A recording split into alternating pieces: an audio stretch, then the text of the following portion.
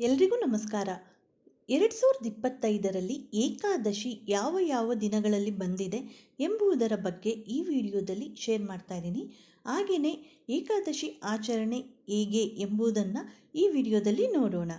ಹಿಂದೂ ಪಂಚಾಂಗದ 12 ಮಾಸಗಳ ಶುಕ್ಲ ಪಕ್ಷದ ಮತ್ತು ಕೃಷ್ಣ ಪಕ್ಷದ 11ನೆಯ ದಿನವನ್ನು ಏಕಾದಶಿ ಎನ್ನಲಾಗುವುದು. ಒಂದು ವರ್ಷದಲ್ಲಿ 24 ಏಕಾದಶಿಗಳಿವೆ. ಅಂದರೆ ಪ್ರತಿ ತಿಂಗಳು 2 ಏಕಾದಶಿ ಉಪವಾಸಗಳನ್ನು ಆಚರಿಸಲಾಗುತ್ತದೆ. 2025ರಲ್ಲಿ ಯಾವ ದಿನಾಂಕಗಳಲ್ಲಿ ಏಕಾದಶಿ ಆಚರಿಸಲಾಗುತ್ತದೆ ಎಂಬುದರ ಸಂಪೂರ್ಣ ಮಾಹಿತಿ ಹಾಗೆ ಏಕಾದಶಿ ಆಚರಣೆ ಮತ್ತು ಪ್ರಯೋಜನಗಳನ್ನು ಈ ವಿಡಿಯೋದಲ್ಲಿ ಶೇರ್ ಮಾಡ್ತಾ ಇದ್ದೀನಿ. ತಿಂಗಳಲ್ಲಿ 2 ಬಾರಿ ಬರುವ ಏಕಾದಶಿ ಆಚರಣೆ ಹಿಂದೆ ಪುರಾಣದ ಕಥೆ ಇದೆ ಎನ್ನುವುದು ನಿಮಗೆ ತಿಳಿದಿರಬಹುದು. ಆದರೆ ಏಕಾದಶಿ ಎಂಬ ಆಚರಣೆಯು ನಿಖರವಾಗಿ ಹೇಗೆ ಶುರುವಾಯಿತು, ಏಕಾದಶಿ ಉಪವಾಸದಿಂದ ಲಾಭವೇನು ಹಾಗೂ ಇದರಿಂದ ನಿಮ್ಮ ಆರೋಗ್ಯ ಎಷ್ಟು ಸುಧಾರಿಸಬಹುದು ಎಂಬುದಕ್ಕೆ ಈ ವಿಡಿಯೋನ ಸಂಪೂರ್ಣವಾಗಿ ನೋಡಿ. ಏಕಾದಶಿ ಉಪವಾಸದಿಂದ ದೇಹವಷ್ಟೇ ಅಲ್ಲ, ಮನಸ್ಸು ಕೂಡ ಶುದ್ಧಿಯಾಗುತ್ತದೆ. ಏಕಾದಶಿ ಆಚರಣೆಗೆ ಆಧ್ಯಾತ್ಮಿಕ ಶಕ್ತಿ ಇದೆ. ಹಿಂದೂ ಪಂಚಾಂಗಗಳಲ್ಲಿ ಏಕಾದಶಿಗೆ ತುಂಬಾ ಮಹತ್ವವಿದೆ. ಧಾರ್ಮಿಕ ಆಚರಣೆಗಳ ಜೊತೆಯಲ್ಲಿ ಏಕಾದಶಿ ಎನ್ನುವುದು ಆಧ್ಯಾತ್ಮಿಕವಾಗಿ ಕೂಡ ಸಾಕಷ್ಟು ಮಹತ್ವವನ್ನು ಹೊಂದಿದೆ. ತಿಂಗಳಲ್ಲಿ 2 ಬಾರಿ ಏಕಾದಶಿ ಆಚರಣೆ ಮಾಡಲಾಗುವುದು. ಅಮಾವಾಸ್ಯೆ ಕಳೆದು 11 ದಿನಗಳ ಬಳಿಕ ಹಾಗೂ ಹುಣ್ಣಿಮೆ ಕಳೆದು 11 ದಿನಗಳ ಬಳಿಕ ಏಕಾದಶಿ ಆಚರಣೆ ಮಾಡಲಾಗುತ್ತದೆ. ಶತಶತಮಾನಗಳಿಂದ ಜನರು ಏಕಾದಶಿಯನ್ನು ಆಚರಿಸಿಕೊಂಡು ಬರುತ್ತಿದ್ದಾರೆ. ಏಕಾದಶಿಯ ಆಚರಣೆಯಿಂದ ಆಧ್ಯಾತ್ಮಿಕವಾಗಿ ನಾವು ಪ್ರಗತಿ ಕಾಣುವುದರ ಜೊತೆಯಲ್ಲಿ ದೇಹದಲ್ಲಿರುವ ವಿಷಕಾರಿ ಅಂಶಗಳು ನಿರ್ಮೂಲನೆಯಾಗಲು ಕೂಡ ಇದು ಸಹಾಯಕವಾಗಿದೆ. ಈ ದಿನದಂದು ಯಾವ ಆಹಾರವನ್ನು ಸೇವಿಸದೆ ಉಪವಾಸ ಮಾಡುವ ಸಂಪ್ರದಾಯವಿದೆ. ಈ ದಿನದಂದು ಕೆಲವರು ಅನ್ನವನ್ನು ಮಾತ್ರ ತ್ಯಜಿಸಿ ಉಪವಾಸ ಆಚರಿಸಿದರೆ, ಮತ್ತೆ ಕೆಲವರು ಹನಿ ನೀರನ್ನು ಕುಡಿಯದೆ ನಿರಾಹಾರ ವ್ರತವನ್ನು ಆಚರಿಸುತ್ತಾರೆ. ಏಕಾದಶಿ ಆಚರಣೆಯ ಹಿನ್ನೆಲೆ ಹೀಗಿದೆ. ಜಂಗಾಸುರ ಎಂಬ ರಾಕ್ಷಸನ ಪುತ್ರ ವರವಾಸುರ ಚಂದ್ರಾವತಿ ಎಂಬ ನಗರದಲ್ಲಿ ದೇವತೆಗಳಿಗೆ ತೊಂದರೆ ನೀಡುತ್ತಿರುತ್ತಾನೆ. ವರವಾಸುರನ ಕಾಟ ತಡೆಯಲಾರದೆ ದೇವತೆಗಳು ಮಹಾವಿಷ್ಣುವಿನ ಮೊರೆ ಹೋಗುತ್ತಾರೆ. ಆಗ ವಿಷ್ಣುವು ದೇವತೆಗಳ ಮೇಲೆ ಯುದ್ಧ ಸಾರುತ್ತಾರೆ. ಎಷ್ಟೋ ವರ್ಷ ಕಳೆದರೂ ಯುದ್ಧ ಮುಗಿಯುವುದೇ ಇಲ್ಲ. ಕೊನೆಗೆ ಮಹಾವಿಷ್ಣುವು ಒಂದು ಗುಹೆಯೊಳಗೆ ಹೋಗಿ ಮಲಗಿಬಿಡುತ್ತಾನೆ. ನಿದ್ದೆಯಲ್ಲಿ ವಿಷ್ಣು ಅಸುರರನ್ನು ಹೇಗೆ ಸೋಲಿಸುವುದು ಎಂದು ಆಲೋಚನೆ ಮಾಡುತ್ತಿರುತ್ತಾನೆ. ಆಗ ಆಲೋಚನೆಗಳೆಲ್ಲ ಸ್ತ್ರೀ ರೂಪ ತಾಳಿ ಏಕಾದಶಿ ಎಂಬಾಕೆಯ ಜನನವಾಗುತ್ತದೆ. ಈಕೆ ರಾಕ್ಷಸರನ್ನು ಯುದ್ಧದಲ್ಲಿ ಸೋಲಿಸಲು ಯಶಸ್ವಿಯಾಗುತ್ತಾಳೆ ಹಾಗೂ ಇದು ವಿಷ್ಣುವಿನ ಖುಷಿಗೆ ಕಾರಣವಾಗುವುದು. ಇದಕ್ಕೆ ಪ್ರತಿಯಾಗಿ ಏಕಾದಶಿಯು ವಿಷ್ಣುವಿನಲ್ಲಿ ವರವನ್ನು ಬೇಡುತ್ತಾಳೆ. ನಾನು ಜನಿಸಿದ ದಿನದಂದು ಯಾರೆಲ್ಲ ನನಗಾಗಿ ಉಪವಾಸ ಇರುತ್ತಾರೋ ಅವರು ಕೇಳಿದ್ದನ್ನೆಲ್ಲ ನೀನು ಕೊಡಬೇಕು ಎಂದು ಕೇಳಿಕೊಳ್ಳುತ್ತಾಳೆ. ಇದಕ್ಕೆ ವಿಷ್ಣು ಸಮ್ಮತಿ ಸೂಚಿಸುತ್ತಾನೆ.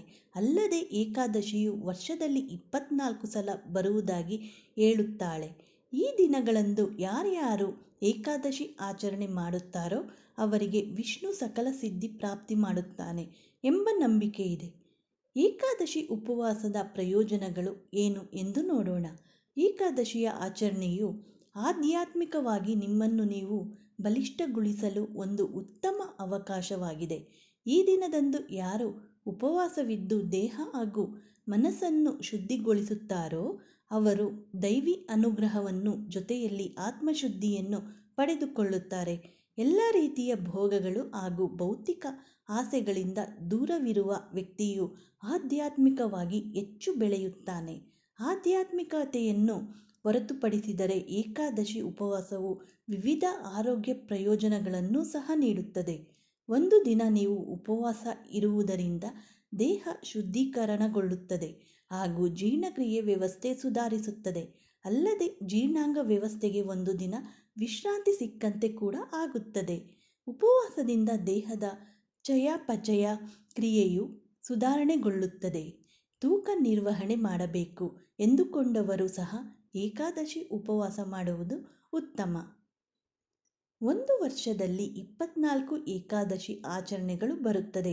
ಅಧಿಕ ಮಾಸ ಇರುವ ವರ್ಷಗಳಲ್ಲಿ ಏಕಾದಶಿಯ ಸಂಖ್ಯೆಯು 26 ಆಗುತ್ತದೆ. ಅಧಿಕ ಮಾಸದಲ್ಲಿ ಪದ್ಮಿನಿ ಏಕಾದಶಿ ಬರುವುದು. ಇದನ್ನು ಅತ್ಯಂತ ಮಂಗಳಕರ ಏಕಾದಶಿ ಎಂದು ಹೇಳಲಾಗುವುದು. ಈ ವರ್ಷದ ಏಕಾದಶಿಗಳ ಸಂಪೂರ್ಣ ಪಟ್ಟಿ ಈ ವಿಡಿಯೋದಲ್ಲಿ ನೋಡೋಣ. ಒಂದು ವರ್ಷದಲ್ಲಿ 24 ಏಕಾದಶಿಗಳಿವೆ. ಪ್ರತಿ ತಿಂಗಳು 2 ಏಕಾದಶಿ ಉಪವಾಸಗಳನ್ನು ಆಚರಿಸಲಾಗುತ್ತದೆ. ಪುರಾಣಗಳ ಪ್ರಕಾರ ಈ ವ್ರತವು ಮೋಕ್ಷ ಪ್ರಾಪ್ತಿಗೆ ಕಾರಣವಾಗುತ್ತದೆ ಎಂದು ನಂಬಲಾಗಿದೆ. ಏಕಾದಶಿ ವ್ರತವು ಈ ಜನ್ಮದಲ್ಲಿನ ಪಾಪಗಳಿಂದ ಮಾತ್ರವಲ್ಲದೆ ಕಳೆದ 7 ಜನ್ಮಗಳ ಪಾಪಗಳಿಂದಲೂ ಮುಕ್ತಿಗೊಳಿಸುತ್ತದೆ. 2025ರ ಏಕಾದಶಿಗಳ ಸಂಪೂರ್ಣ ಪಟ್ಟಿ ನೋಡೋಣ. ಏಕಾದಶಿ 2025ರ ಪಟ್ಟಿ ಹೀಗಿದೆ. 10ನೇ ಜನವರಿ 2025ರಂದು ಶುಕ್ರವಾರ ಪುಷ್ಯಪುತ್ರದ ಏಕಾದಶಿ ಅಂದರೆ ವೈಕುಂಠ ಏಕಾದಶಿ. 25 ಜನವರಿ ಶನಿವಾರ ಶೆಟ್ಟಿಲ ಏಕಾದಶಿ. 8ನೇ ತಾರೀಕು ಫೆಬ್ರವರಿ ಶನಿವಾರ ಜಯ ಏಕಾದಶಿ. 24ನೇ ತಾರೀಕು ಫೆಬ್ರವರಿ ಸೋಮವಾರ ವಿಜಯ ಏಕಾದಶಿ. 10ನೇ ತಾರೀಕು ಮಾರ್ಚ್ ಸೋಮವಾರ ಅಮಲಕಿ ಏಕಾದಶಿ. 25ನೇ ಮಾರ್ಚ್ ಮಂಗಳವಾರ ಪಾಪ ಮೋಚನಿ ಏಕಾದಶಿ. 8ನೇ ತಾರೀಕು ಏಪ್ರಿಲ್ ಮಂಗಳವಾರ ಕಾಮದ ಏಕಾದಶಿ. 24ನೇ ತಾರೀಕು ಏಪ್ರಿಲ್ ಗುರುವಾರ ವರುದಿನಿ ಏಕಾದಶಿ.